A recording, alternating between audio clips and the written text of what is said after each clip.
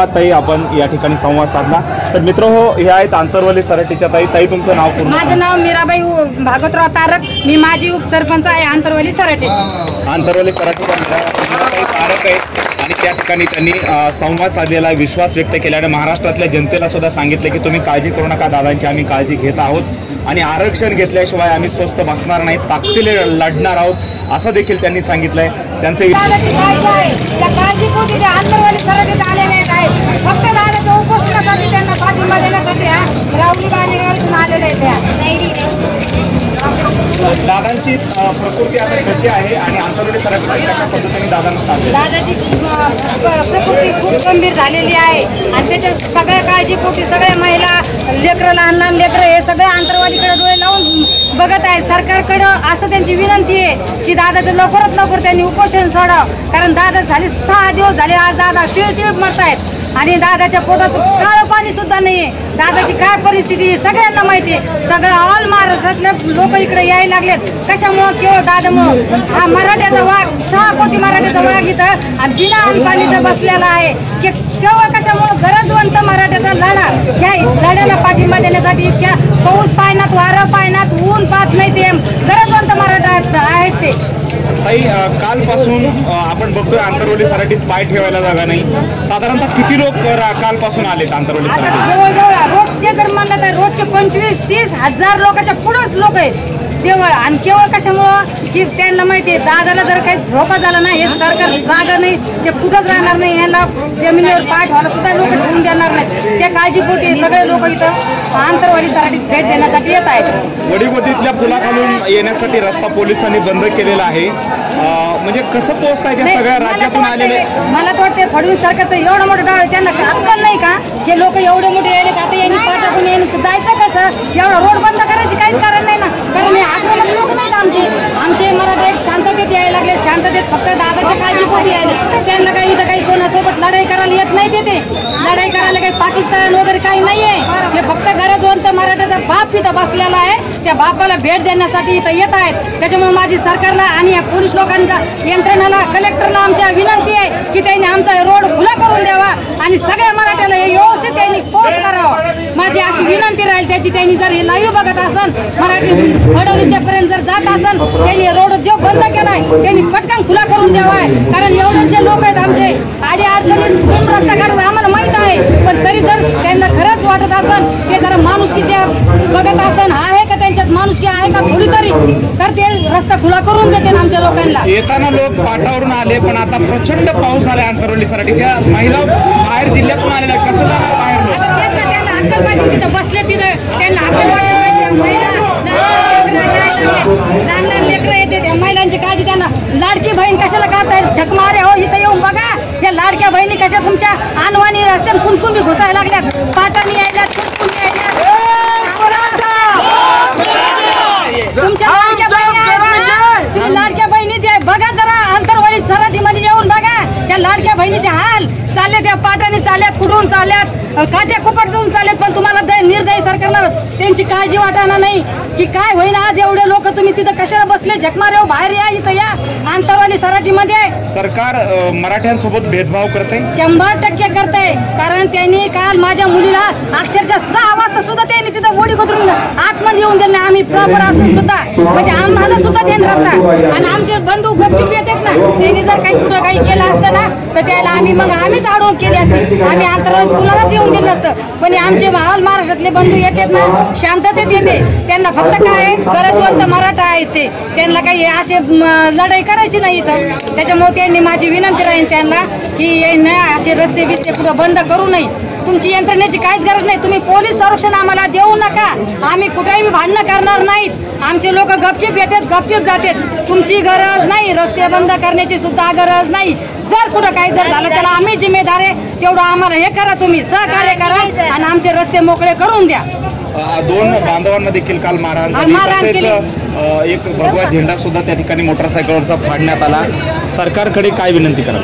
सरकारकडे त्यांना शिवाजी महाराजांचं नाव घेते, ते आमचे कुलदैवत सगळ्यांचं ते, कोणी आपले ओबीसी असन, आपले आदिवासी असन, सगळ्याचे दैवत कोण आहे? शिवाजी महाराज. आणि तुम्ही शिवाजी महाराजाचा छत्रपतीचा जर आदर करू शकत नसाल, अरे तुमच्या माणुसकीवर तुमच्या माणुसकीवर. कारण तुम्ही जर छत्रपतीचा सुद्धा आदर करीनात, तुम्ही कशाला रे असे कशाला सरकार तयार झाले रे? तुम्ही एवढे भेदभाव का करतायत तुम्ही? फक्त केवळ कशामुळं? आम्ही मराठा आहे आणि आम्ही आक्रमक नाही झालो, फक्त आमची गरज होतं आमची तुम्हाला.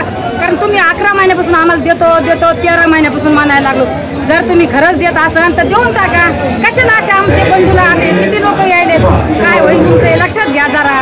एक दिवस कसा निघाल तुमच्यासाठी चांगलं नाही. पाऊस पडत असताना गर्दी इथं माणूस बसायला जागा नव्हती, पण दादाने सांगितलं घरं खुली करा. एकीकडे दादा माणुसकी दाखवतात, मात्र प्रशासन आणि सरकार मात्र माणुसकी दाखवत नाही. अरे ते सरकार आहे का? ते का माणसं आहे का? गिधाड्याच्या गेंड्याच्या कातडीचं ते. कारण त्याला जर खरंच काळजी असते ना, त्यानं रस्ते बंद केले नसते. आणि रस्ते बंद केले नसते तर लोक कुठून बी आले असते. आणि आंतरवाली तर त्यांच्यासाठी आमच्यासाठी सगळ्यांसाठी खुलीचे. आंतरवाली तर आम्ही कधी बी दरवाजे बंद करू नका. आणि या सरकारने जरी दरवाजा रस्ते बंद केले, पण आमचा देव आमच्यासाठी उभा आहे. आणि आमचा 6 कोटीचं काय स्थिती आहे, त्याला काळजी आहे सगळ्यांची.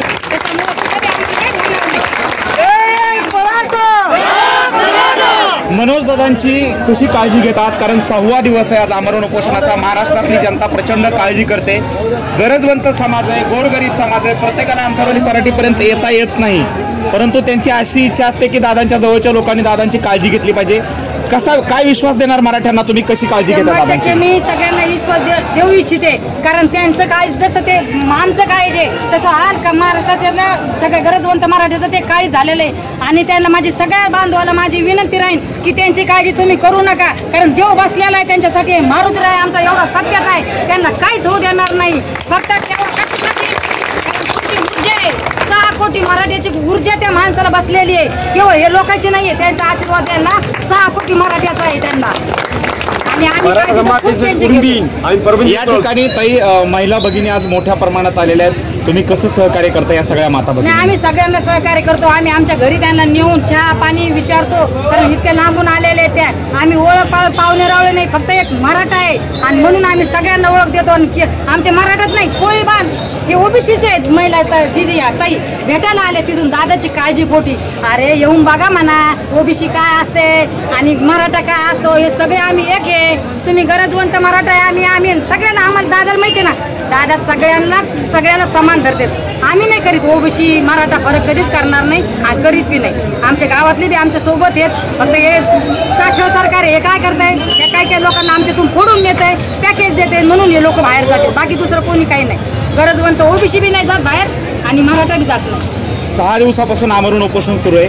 आता खडतर काळ सुरू होतोय, कारण दादांच्या प्रकृतीचा प्रश्न आता खऱ्या अर्थाने निर्माण झालाय.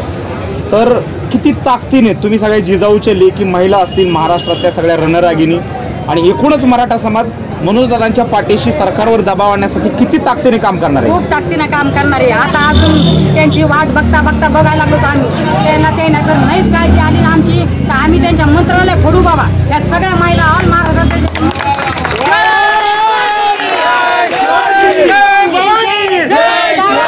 यांना बाहेर हागण्या मुतण्याला सगळं आम्ही बाहेर जाम करणार आम्ही. हा बाहेर आम्ही याला काढणार. त्यांना गरज नाही, त्यांना आम्ही बाहेर काढणार.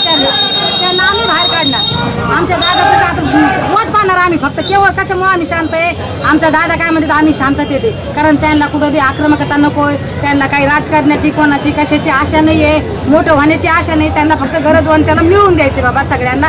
काहीतरी कोणी कोणाचे लेकरं मोठे होते, कोणाचे अधिकारी होते, कोणाचे PIS होते, कोणी होते, त्या हिशोबानं त्यांचं चालू आहे बघा. दादा मध्यंतरी म्हणाले होते एकदा मुंबईला चक्कर मारले त्यावेळी गुलाल उधळला, त्या गुलालाचा अपमान झाला अशी मराठा समाजाची भावना आहे. आणि दादा म्हणाले की कदाचित पुन्हा मुंबईला जावं लागू शकतं जर तसा काही आदेश दादांनी दिला. तर मागच्या वेळी पुरुषांची संख्या जास्त होती, यावेळेस महिला किती ताकदीने मुंबईला निघाली? या टायमाला मी म्हणते पुरुष आम्ही घरी ठेवू. यावेळेस आम्ही पुरुषाला आम्ही येऊ देणार नाही. फक्त महाराष्ट्रातल्या जेवढे आमचे लेकरं बाळा सगळं आम्ही आमच्या महिलाच पुढे जाणार आणि मंत्रालय जाम करणार. यांचे घरदार कसे घरात थांबते, त्यांचे कुठून घरं आले, त्यांचे काय आले हे आम्ही त्यांना दाखवून देऊ. धन्यवाद ताई, आपण या ठिकाणी संवाद साधला. तर मित्र हो, हे आहेत आंतरवली सराटीच्या ताई. ताई तुमचं नाव पूर्ण? माझं नाव मीराबाई भागवतराव तारक, मी माजी उपसरपंच आहे आंतरवली सराटी. आंतरवली सराटीचा मीराबाई तारक आहे आणि त्या ठिकाणी त्यांनी संवाद साधलेला, विश्वास व्यक्त केला आणि महाराष्ट्रातल्या जनतेला सुद्धा सांगितलं की तुम्ही काळजी करू नका दादांची, आम्ही काळजी घेत आहोत आणि आरक्षण घेतल्याशिवाय आम्ही स्वस्थ बसणार नाही, ताकदीने लढणार आहोत असं देखील त्यांनी सांगितलंय. त्यांचे विचार तुम्हाला कसे वाटले कॉमेंट्समध्ये नक्की लिहा. हा व्हिडिओ जास्तीत जास्त शेअर करा. बोलणार एक मराठा, एक मराठा, लढेंगे जीतेंगे, लढेंगे जीतेंगे, आरक्षण आमच्या हक्काचं,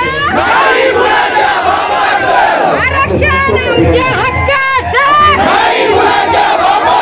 अरे कोण म्हणता देत नाही, अरे कोण म्हणता देत नाही. मनोज दादा तुम आगे बढ़ो, हम तुम्हारे साथ हैं. मनोज दादा तुम आगे बढ़ो, हम तुम्हारे साथ हैं. जय जिजा, जय जिजा, रक्ता रक्तात भिनलाय काय, जय जिजाऊ जय शिवराय, रक्ता रक्तात भिनलाय काय, जय जिजाऊ जय शिवराय, जय जिजाऊ, जय जिजाऊ, जय शंभूराजे, जय शंभूराजे. ओके.